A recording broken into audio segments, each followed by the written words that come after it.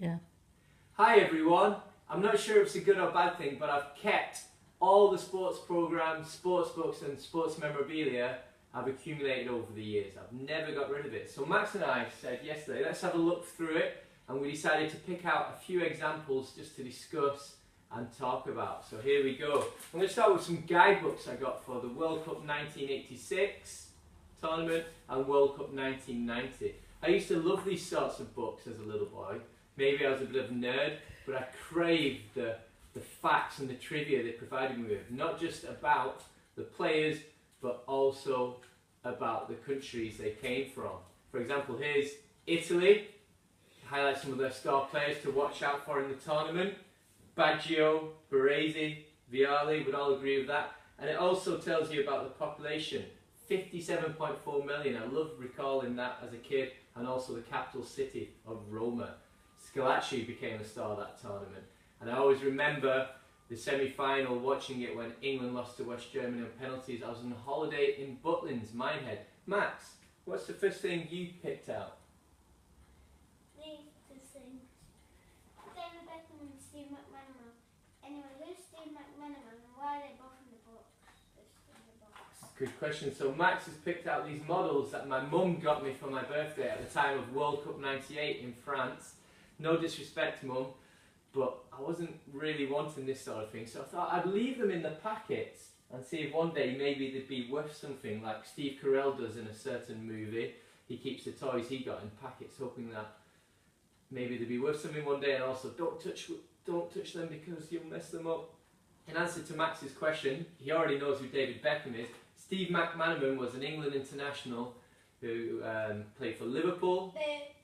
He also played for Real Madrid, where he won the Champions League and was a very successful export. And he finished at Manchester City, and he now works as a television pundit for BT Sport. Okay, talking about things still in the packets, I have got this Champions League final programme. This is AC Milan. This is when AC Milan played Juventus at Old Trafford in 2003. And with the same idea that I won't open it and maybe one day it'll be worth something even more if it's got a little plastic bag around it. That final was pretty dire, it was 0-0 and AC Milan ended up taking it on penalties. Moving on. Okay, next I've got a Chester Zoo souvenir guide. Hang on a minute, how did that get in there? Moving on again, it's not just football programmes I kept. I've got this one, Day 9. Daily Events Guide from Melbourne Commonwealth Games in 2006, which I attended as a spectator. And talking about the Commonwealth Games, 4 years earlier, I was actually a volunteer at the Commonwealth Games in Manchester, where we had to wear these wonderful uniforms. They're quite controversial on release either in 2001 or 2002, because we had to wear shell suits as well, which had been in fashion about 15 years earlier. But I think in the end, they proved quite popular and were synonymous with a successful games. This is my magnum opus of my collection. It's a Merlin's, not Panini, Merlin's sticker album of the Premier League from 1995, and it is full, Max. It's full, Carmen. If I show you every single one, the only album I have ever completed. When skimming through it yesterday, I did see that the Leicester City manager was missing. And I was like, oh no, did I actually miss a sticker? But I was relieved to read no manager had been appointed at time of going to press. So I was like, whew. Okay, Max. Oh, I'm going to move on to you in a sec, Max. I just want to quickly show these as well. This is more typical of the sticker albums I've had over the years. Here's South Africa World Cup 2010, and I made the mistake of trying to film more than one at the same time with other family members. You should always concentrate your efforts, otherwise your album's much more likely to look like this, with one sticker on the page. And I did the same 4 years later with the Brazil World Cup. Max, what would you like to show next? Scottish Cup final, Inverness Caledonian Thistles versus Falkirk. Is that a programme from the game? Yeah. And why did we go to that match? Because my mum's cousin's boyfriend played for Falkirk.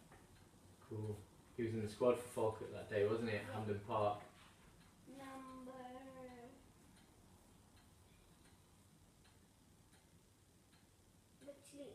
say his number. Doesn't say his number. Maybe it does.